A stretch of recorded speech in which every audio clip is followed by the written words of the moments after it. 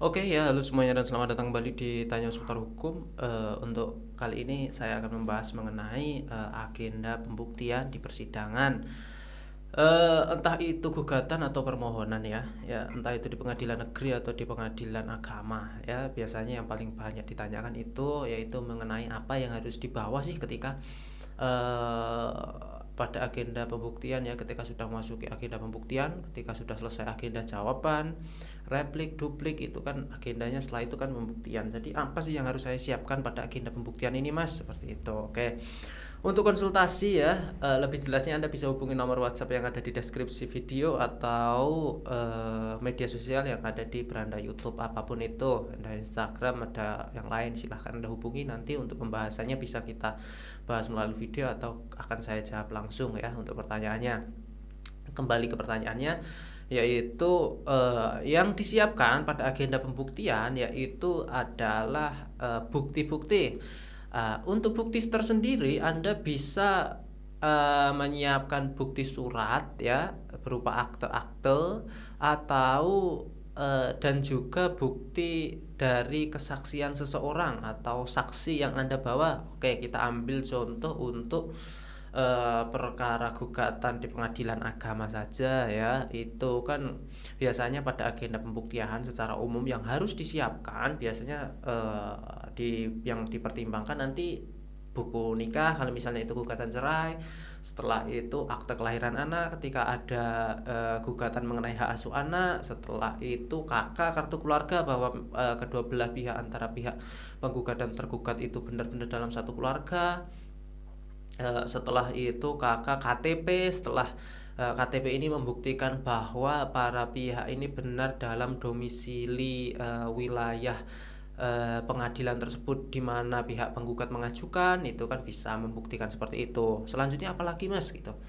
Anda bisa membuktikan kalau Anda mengajukan gugatan rekonvensi, Anda bisa membuktikan dengan bukti transfer. Setelah itu Anda bisa membuktikan dengan bukti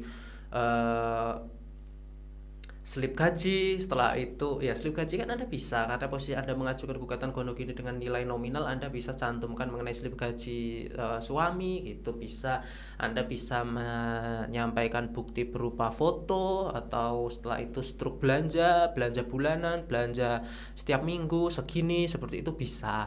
Setelah itu biaya berobat anak atau biaya pendidikan anak, SPP anak, itu bisa dicantumkan sebagai agenda pembuktian. Itu kalau di pengadilan agama seperti itu. Kalau di pengadilan negeri misalnya gugatan wan prestasi atau PMH, Anda bisa cantumkan mengenai surat-suratnya ya. Anda bisa cantumkan mengenai akta otentiknya, atau ada AJB-nya, PPJB-nya. Setelah itu ada perjanjian tertulisnya, perjanjian di bawah tangannya, atau ada perjanjian apapun itu ya yang mengenai permasalahan tersebut, seperti itu bisa. Ataupun keterangan selanjutnya kan bukti yang disampaikan adalah bukti keterangan seseorang atau saksi. Untuk saksi sendiri nanti saksi yang dihadirkan itu harus mengerti permasalahan pokoknya ya, jadi alasan mengajukan gugatan atau alasan mengajukan permohonan tersebut. Karena itu nanti pasti akan ditanyakan oleh majelis hakim, dan saksi juga harus mengetahui kronologi yang sebenarnya karena saksi nanti disumpah.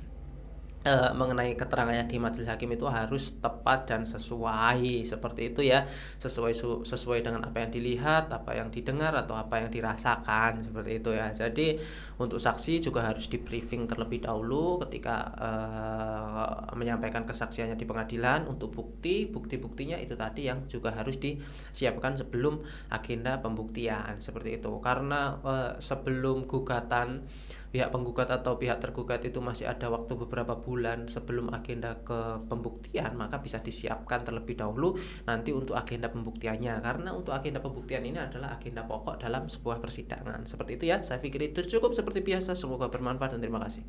Assalamualaikum warahmatullahi wabarakatuh.